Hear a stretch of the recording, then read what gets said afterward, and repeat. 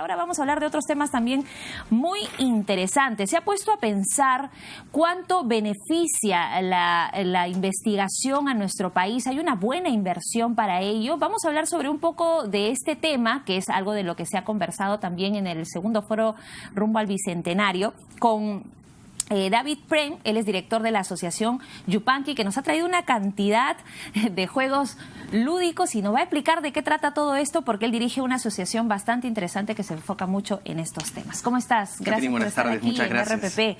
Vamos a entrar de a pocos a hablar de esto, que es muy interesante y que quizás no tiene mucha tribuna para la explicación o para entrar en detalle sobre este punto, sobre todo si se desarrolla en nuestro país.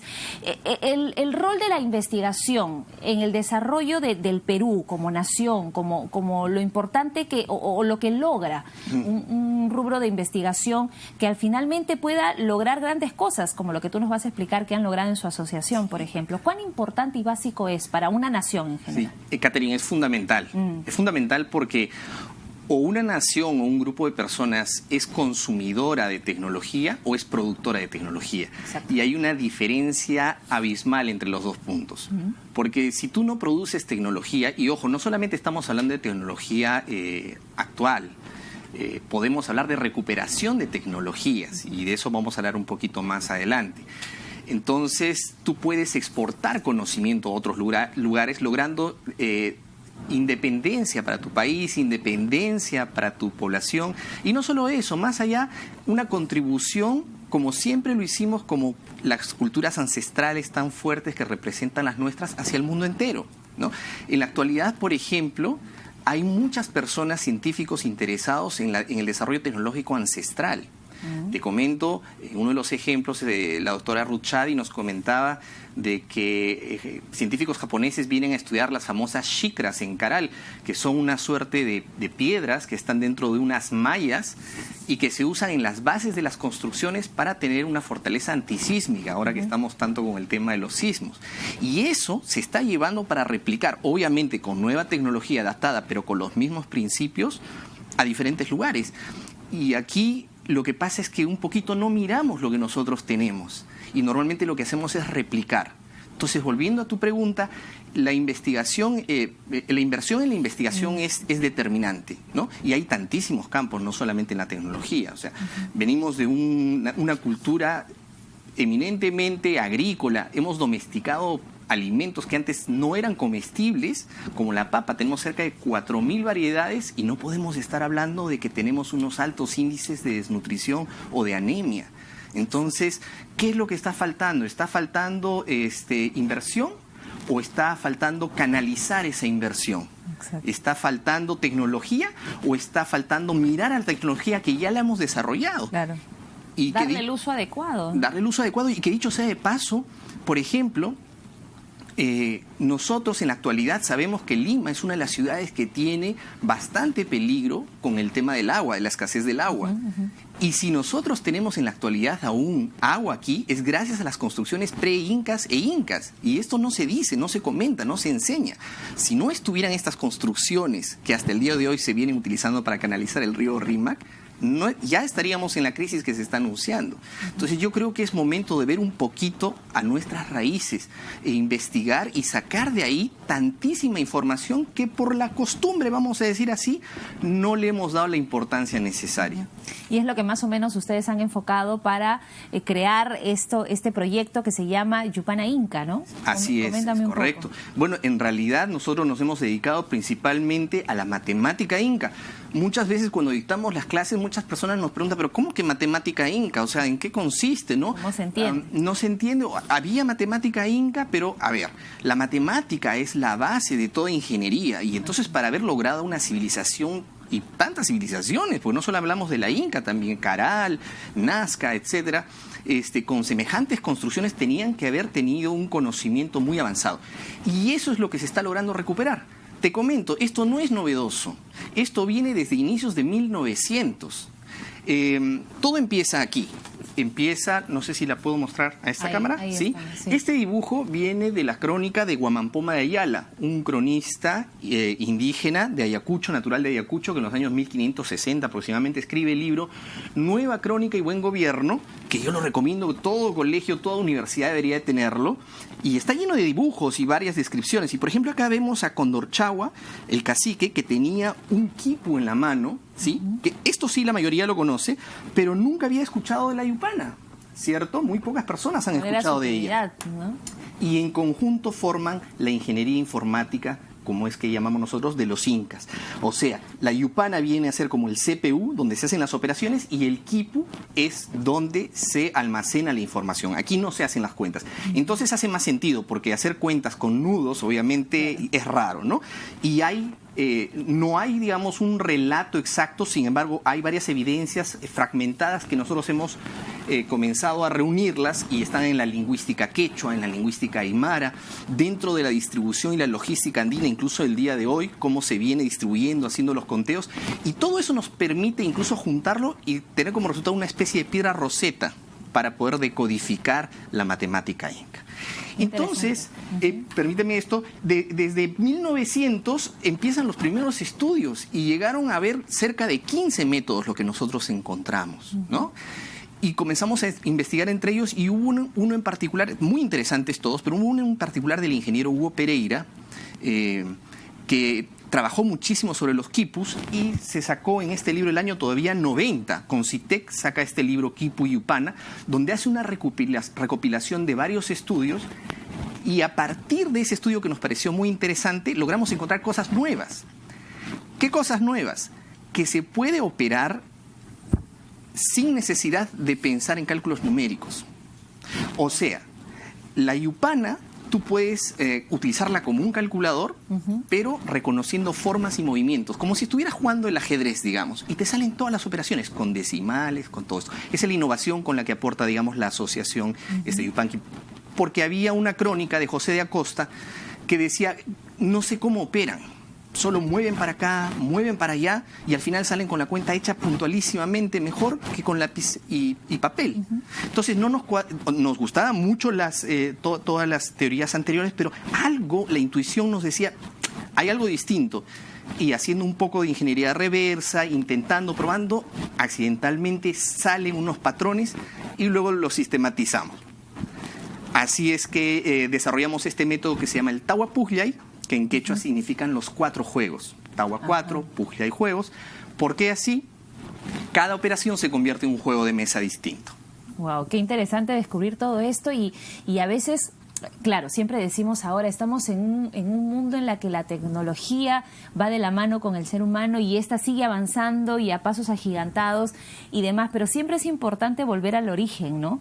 Conocer las raíces, cuál es el inicio. Y claro, a veces muchos tenemos conocimiento genérico de lo que nos enseñan en el colegio, luego en la universidad y por ahí alguno que puede ir informándose un poco por mera curiosidad. Pero ¿cuán importante crees tú que es necesario conocer sobre este tipo de este uso y sobre los orígenes, ¿no? Porque claro, ahora todo el mundo está casado con la tecnología y se cogen de eso y van para adelante, pero no quieren ir un poquito más para atrás, para un poco investigar lo que tú has logrado hacer con tu asociación, por ejemplo.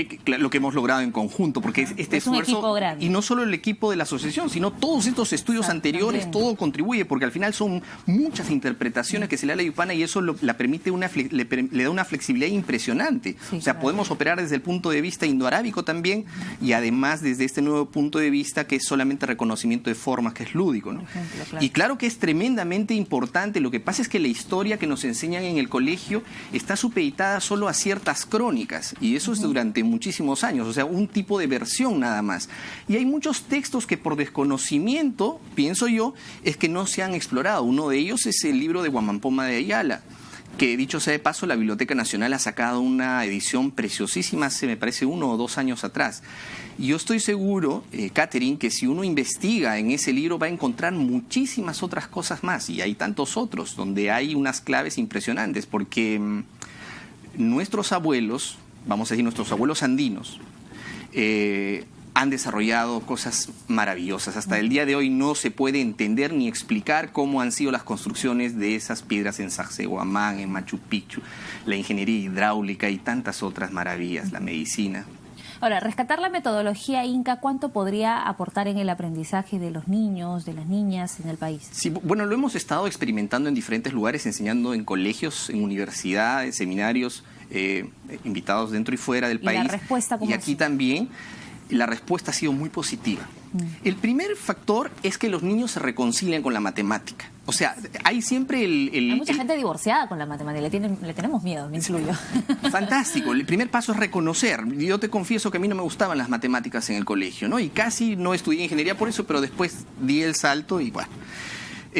Pero sí, lo primero que hace es reconciliarte con las matemáticas. Es más, te comienza a gustar desde el primer momento, porque lo hemos convertido después, hemos dado un nuevo salto y lo hemos convertido en un juego de mesa, inclusive donde hay 2 yupankis con un reloj parecido al del ajedrez, y entonces se pasan horas de horas y no se dan cuenta y están haciendo operaciones matemáticas, ¿no? Están haciendo cálculo, están combinando cálculo numérico y también reconocimiento de patrones, muy utilizado en la actualidad para la generación del pensamiento computacional. ¿Qué es el pensamiento computacional, Catherine? Tú hablabas, mucha gente se encierra en la tecnología. Por supuesto que tiene puntos de vista muy positivos la tecnología, pero cuando tú solamente te cierras a ser consumidor de tecnología, eso puede ir en detrimento tuyo. Se está hablando incluso de hasta de ciertas patologías por el vicio a estar todo el tiempo, ¿cierto? Claro, porque tú estás básicamente encerrado, estás haciendo una extensión del sistema que alguien más programó. Pero si tú comienzas a generar pensamiento computacional, tú vas a poder ser parte de la creación de nuevos sistemas y puedes llevar sistemas a nuevas dimensiones, no solamente para la diversión, sino para crear sistemas que realmente beneficien a toda la comunidad. Exacto. Por otro lado, recordemos que la tecnología solamente llega a ciertos lugares donde hay la capacidad adquisitiva, hablando de la tecnología electrónica. Pero, por ejemplo, todas estas herramientas son fácilmente elaborables, vamos a decir así, o enseñables también en los diferentes lugares y rincones del país. Y con cosas tan sencillas como el mismo piso, porque en las crónicas dicen que lo dibujaban en el piso, o tablitas, o semillas, o piedritas, tú puedes hacer unos cálculos impresionantes.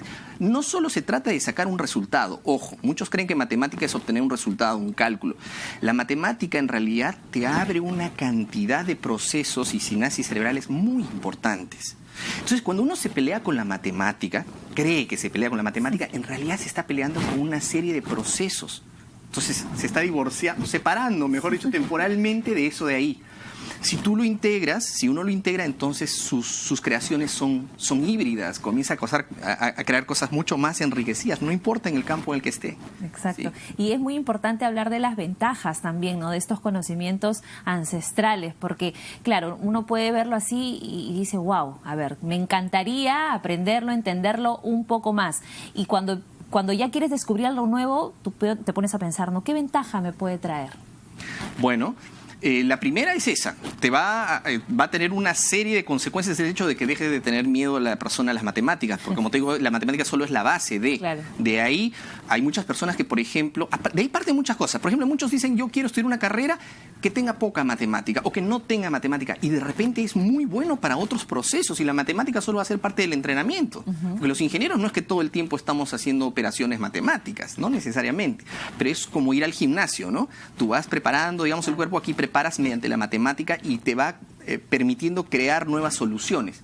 Por eso el beneficio principal es que tú vas a lograr personas creativas y eso es lo que se necesita. O sea, la educación está muy vertida a crear personas que sean eficientes con el sistema que ya está propuesto. Claro.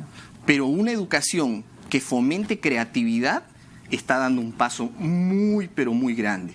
Y otra cosa, si estamos hablando de inversión en la tecnología, no solo se trata de tener los últimos equipamientos, se trata de tener personas que tengan la capacidad de manejarlos.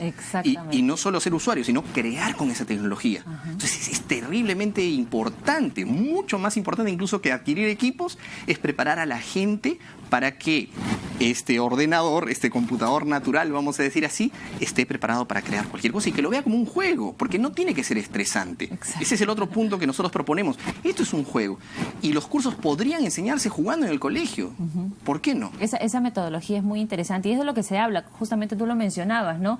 De hecho, la inversión para las nuevas tecnologías es de lo que se habla constantemente, desde el gobierno están impulsándolo mucho, pero si no, quienes los instruyen no están bien capacitados con el uso de esas nuevas tecnologías, va a ser difícil que lo puedan transmitir a los estudiantes y a la comunidad en general, ¿no? Entonces, es muy interesante lo que tú me comentas, la verdad que no sé si la gente que nos está escuchando puede obtener más información, quizás en una página web. Claro que sí, los invitamos a ingresar a la página www.yupanainca.com Ahí pueden enterarse acerca de los cursos que dictamos. Dictamos todos los meses capacitaciones certificadas y sobre todo invitamos a los colegios para capacitar a los profesores, porque lo que queremos hacer es una plataforma para educar de manera masiva.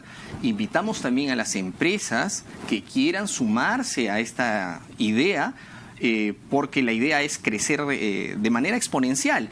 Imagínate qué significa decir, ahora que estamos a puerta del bicentenario, de que el Perú cuenta con una matemática propia. No es poca cosa, es todo un sistema que va a permitir, y esto es una parte que nosotros hemos hecho, pero ahora nosotros pasamos la posta a diferentes profesionales. ¿Qué van a hacer los bioinformáticos con esto de aquí? ¿Qué van a hacer los otros profesionales? Es increíble lo que se puede hacer trabajando en conjunto. Es importante y necesario conocerlo. Muchísimas gracias, David, gracias por la invitación. con nosotros. Hasta otra oportunidad aquí en la Central de Informaciones.